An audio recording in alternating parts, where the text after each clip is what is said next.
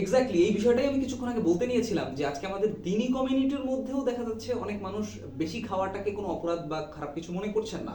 এবং দেখা যাচ্ছে যে ভোজন বিলাসী বা ভোজন রসিক অনেকে আছে, তারা এটাকে নিয়ে কোনো গিল্টি ফিলিংস নাই, বরং এটাকে তারা বেশ গর্বের সহিত বলে যে তারা ভোজন রসিক বা ভোজন বিলাসী, তারা অনেক বেশি খেতে পারে এটসেট্রা এটসেট্রা। এবং যারা কম খেতে পারে তাদেরকে নিয়ে হাসাহাসি করে। তো এই বিষয়টা, এই যে বেশি খেতে পারাটাকে একটা পজিটিভলি দেখা বা পজিটিভ কিছু মনে করা, এটা একজন মুমিনের সিফাত হওয়ার কথা না। এমনকি আমরা জানি যে ইসলামও আমাদেরকে এইভাবে নির্দেশনা দেয় না। আপনি যদি সাহাবায়ে কেরাম এবং সালাফে সালেহিনদের জীবনীতে দেখেন যে তারা নিজেরা তো এটা অপছন্দ করতেনই, এবং কি অন্যের ক্ষেত্রেও, অন্য কোনো মুমিনের ক্ষেত্রেও এটা তারা পছন্দ করতেন না। এজন্য আমি একটা কথা বলি যে সালাফে সালেহিনদের মধ্যে হয়তো আপনি এরকম অনেককে খুঁজে পাবেন যারা হারাম দিনগুলো ব্যতীত সারা বছর নফল সিয়াম রাখতেন। এটাকে আসলে সুন্নাহ সাজেস্ট করে না। সুন্নাহ সাজেস্ট করে হচ্ছে দাউদ আলাইহিস সালামের যে পদ্ধতি। দাউদ আলাইহিস সালাম একদিন রোজা রাখতেন, একদিন গ্যাপ দিতেন, আবার একদিন রাখতেন।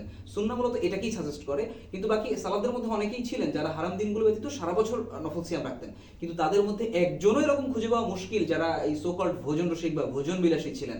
এরকম একটা ঘটনা হাসান বসরি রাহিমাহুল্লাহর কাছে একবার ওনার কোনো একজন শিষ্য বা শাগরিদ আসলেন। তো হাসান বসরি রাহিমাহুল্লাহ তখন খাচ্ছেন। তো তখন তিনি তাকে বললেন যে আসো আমার দস্তরখানায় শরীক হও। তো তিনি বললেন যে না শেখ, আমি কেবলমাত্র খেয়ে এসেছি।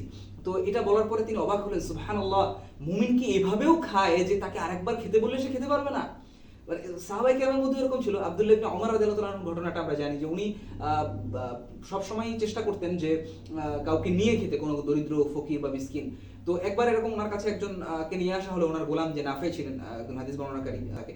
তো উনি উনি নিয়ে আসলেন। পরে সে হচ্ছে খুবই, মানে আমরা সকল হাবাদে বলতে যেরকম বুঝি সেরকম ভাবে উনি খাচ্ছিলেন।